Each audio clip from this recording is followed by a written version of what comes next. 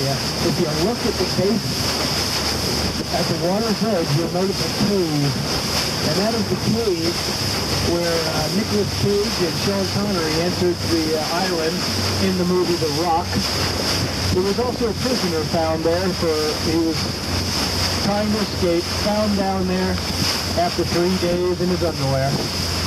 They got him and brought him back here. I did hear he suffered some shrinkage problems, but other than that he was fine.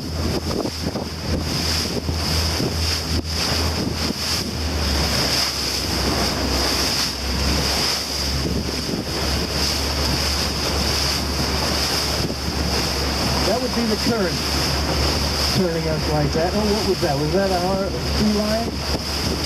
Right over there to the right, you can see the cave, and that's where they filmed that movie scene shot. Now this building here with the smokestack, that's the power plant of Alcatraz. Diesel electric generators that powered the island because there was no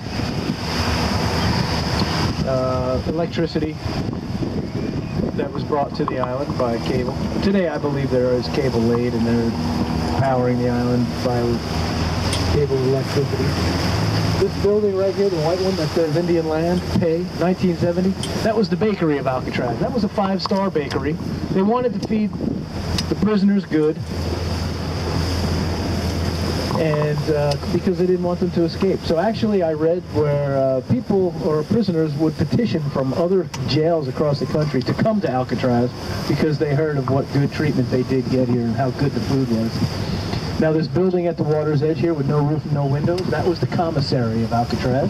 The guards would go over there to purchase their, grocery items. There was also a bowling alley and a 2-lane bowling alley and a movie theater inside there.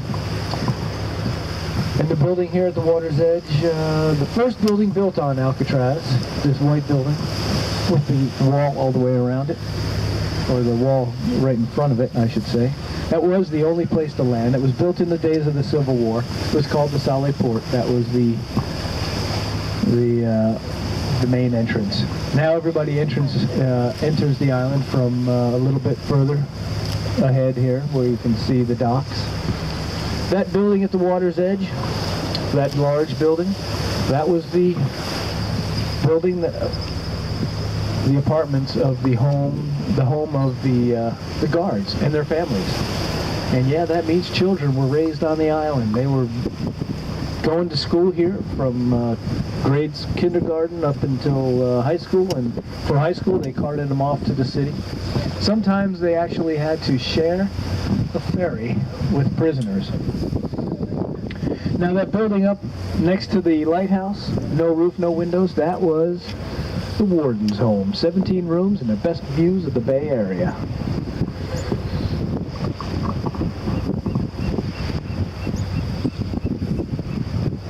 The solitary right there, the barge, that's the guy that pumps off all the sewage.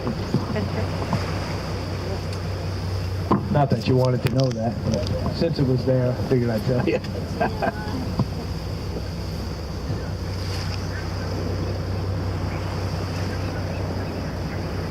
And this dock directly to our right, that's where you'll dock if you come visit with Alcatraz Cruises. I was just getting to that. So Indians welcome, you'll see the sign, Indians only. What happened was back in the 70s, Native American tribes took over the island. They closed the penitentiary. And in treaty with the United States, stated that they could take over any government land that was not being used. So they took it over for a while, and in a dispute between tribes, one of the chief's daughters was killed, and so they brought in the military to remove everyone. Good. Their intentions were to build a cultural and education center in that, and never came to fruition.